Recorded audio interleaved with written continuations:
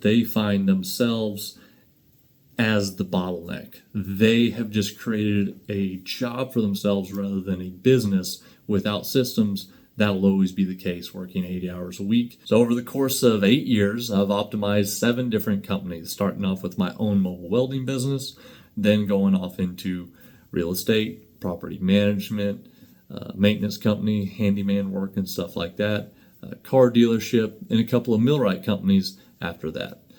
And what I've found is through all these different businesses, they seem to have the same underlying problems or difficulties. And I found myself really liking to solve these problems, obviously for my own business because I was the only one working it at the time. But as I went on to other businesses that were other owners, I found that they still struggled with the same problems I was finding when I first started out, and they were trying to break through that glass ceiling, I guess you'd say. So I'm not an expert in any way, shape, or form. I decided I just want to start creating content and started this channel to hopefully help other people. If you're an owner of a small to medium-sized business and you're having problems, you feel like you're drowning in chaos, I wanted to start throwing ideas out there on some of the solutions I came up with for the problems I faced. Now, I want to get into the different businesses and what the key points were that I learned from each business, starting off with my own mobile welding business. When I first got in, the reason I started was, I wanted freedom. I just really was going to make all that money, choose what to do when I wanted to do it. Tax write-offs. Everybody knows about tax write-offs by now. You can write off everything, right? So what I first found out is I did not know what I did not know. There was so much that I didn't know that it was kind of daunting when I kind of finally jumped into it, because I'd gotten to a point in my life that I felt very comfortable with my trade. I'm a welder pipe fitter by trade. And so I felt very comfortable where I was at. I was like, hey, I can take this skill and I can leverage it and make more money by chasing my own thing. And so when I did that, I found myself repeatedly underbidding work, over-promising, because in my head I thought I was way better than I was. So the first lesson I learned was just because you are good at a skill or the thing that you started your business off of, whether it be a trade skill, blue-collar skill, whether it be paintings, comedy, but whatever it is, whatever your skill is, that does not directly transfer over into actually being ready or have everything figured out for running a business. You're pretty much starting a new skill. That was really the first lesson I learned with my business. Now, moving on to the next one was real estate. This was two-sided. One, I started doing real estate for myself, and then I ended up falling in with another real estate agent as I started learning some things and building out things that ended up would help her. When I first got into real estate, I was not very good at understanding the client experience. So I had just come from a business where I could bid the work, do the work, get paid for the work. And if it was good work, which typically it was, they were happy. This was entirely different because we are now in a process that takes 45 to 60 days. Instead of just wham, bam, thank you, ma'am, just done, it was, okay, we start the process. There's a bunch of legal paperwork, a bunch of steps, a bunch of different negotiations, all that going on. I really need to start systems because it's almost the same process over and over again, just different clients, as with any business is, usually in service businesses. Is I need a system that is going to help me with reminders, things that are going to keep me on track. I got to hit all these milestones and really make it a smooth experience. By the time we get to the end, everything works out. Now, I started to build those out and made it pretty well for myself.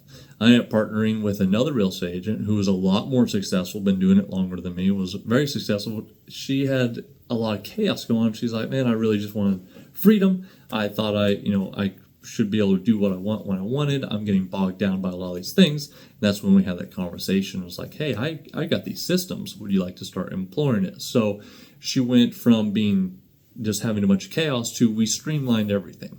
We made a system to have a greater client experience. And that was what I learned the most in that business was if it's something that will be repeated, you need to have a system that can just continuously keep it consistent. You need a consistent experience for your clients. The next two businesses actually are kind of hand in hand because the property management company had their own maintenance company as well. So I was able to connect the two between repairs and stuff like that, and I'll get into a little more details about that.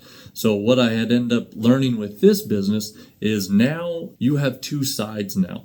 You have a tenant who's living there and they expect certain things to be taken care of. They need repairs, things may break, stuff like that. They're in the home. Then you have the landlord who has real estate investing expectations, or they have their own strategy, real estate investing strategy, and they need that met. So this is where I started to find that not only do you need a system that's repeatable, but you need to have systems in place that if multiple people get in contact with the same information, there needs to be one singular place that all this information is being cycled through or is all happening and is tracking. The last note I will add that was a little bit farther beyond with just the maintenance company where it wasn't partnered in any way with the property management was follow through on doneness.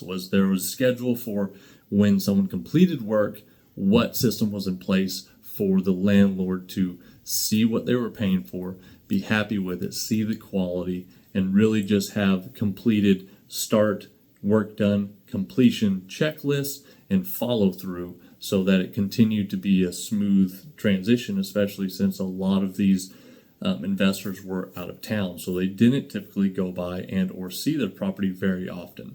So setting that in place and having a system on guaranteeing quality work was done, kind of having quality control, was very important for that business and got implemented. All right, on to the car dealership next.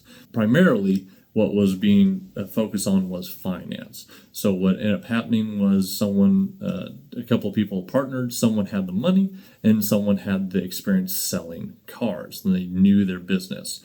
And again, you'll start to see these themes all start to tie in, is just because someone was good at selling cars, they didn't realize all the back shop. So building the systems to make sure it was actually profitable, because just the single layer of understanding this is what we bought it for, this is what we sold it for, this is the money I made, was not really in-depth enough, and the system had to be made and really walk through on having weekly meetups. And this was a system put in place on setting expectations for the partner that was selling the cars and the one that was investing the money, is for them to learn and understand, hey, this is consistently, we got to keep up having these conversations. You may think we're in one place with the business and we're in another. So having a system to unify two thought processes and educate as you go through experience and tracking was really important for this company.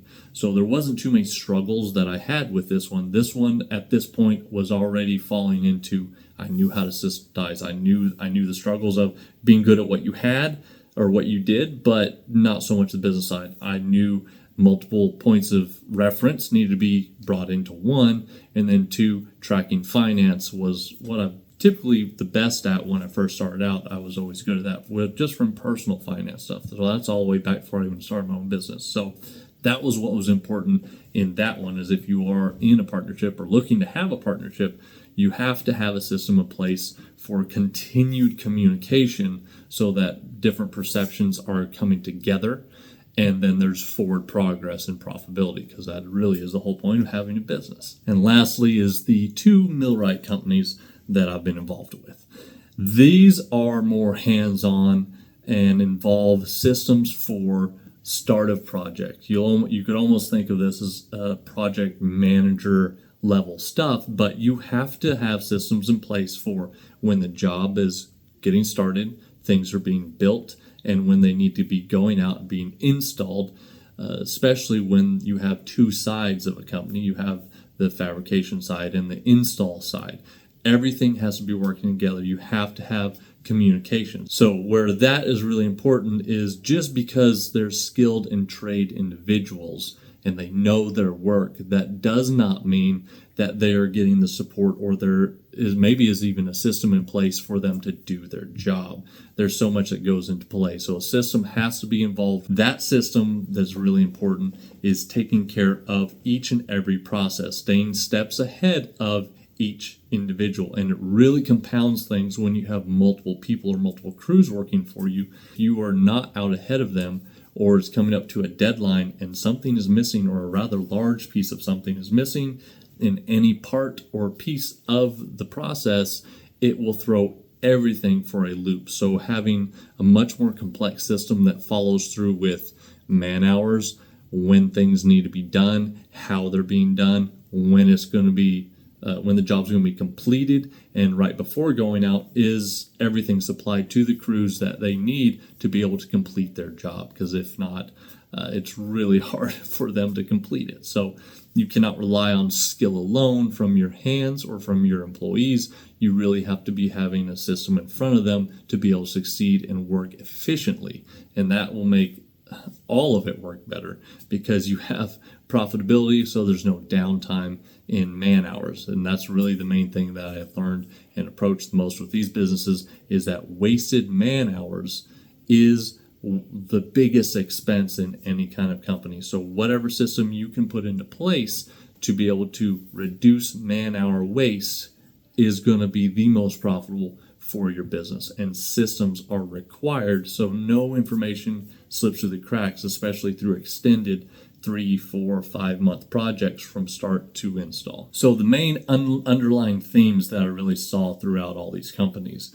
was communication was key. Having a system to transfer information, to set expectations, to really not try to do something that you have in the past just off of memory. If it's a task you have to do a second time, might as well have a system so it's rudimentary. And that evolves down into freeing up the owner, because if it's a task the owner's done once, they can perfect it through systems, and then through that system possibly teach downward and start freeing up your time. They find themselves as the bottleneck. They have just created a job for themselves rather than a business. Without systems, that'll always be the case, working 80 hours a week. Can't just constantly anxious and or just completely falling out of the race, so to speak, your business failing and you not be able to continue on as doing business. So it's important to really optimize and build systems, because you can free up your time, you can free up your finance, and you can grow and expand. Scaling, in my mind, in my opinion, is predominantly based on how well you've got systems in place, or how well your systems are built and how well they're operating. So moving forward, I'm going to continue to create content talking about the 13 different areas where I believe you can really focus on optimizing, and where you can build systems to help yourself scale and free yourself away from that grind and the chaos, and really make it more manageable. Rather than you being the bottleneck, start building something that will go beyond you and possibly even outgrow you, which is always a good thing. You don't have to know how to do everything all the time. You just have to be good at what you do. And bootstrapping the business is about 70% of it, just getting it started. From there, start putting the systems in place and scaling. Eventually, you bring people on that do things better than you in different instances, because when you first start, you're wearing multiple hats. You want to get down to wearing one hat, and that's the owner. So hopefully videos upcoming are going to be helpful to you. Hopefully I'm able to interact with some of you, come across ideas. I'm pretty excited about it, just because, like I said, I love optimizing businesses. So what better way than to have a worldwide reach online here, to be able to interact with a bunch of different business owners. If you are a small to medium-sized business owner, we'll love to hear what struggles you're going through, or even what you learned and overcame. I always love having a good conversation, so make sure you put it down in the comments below. Reach out. Until next time, I'll talk to you later.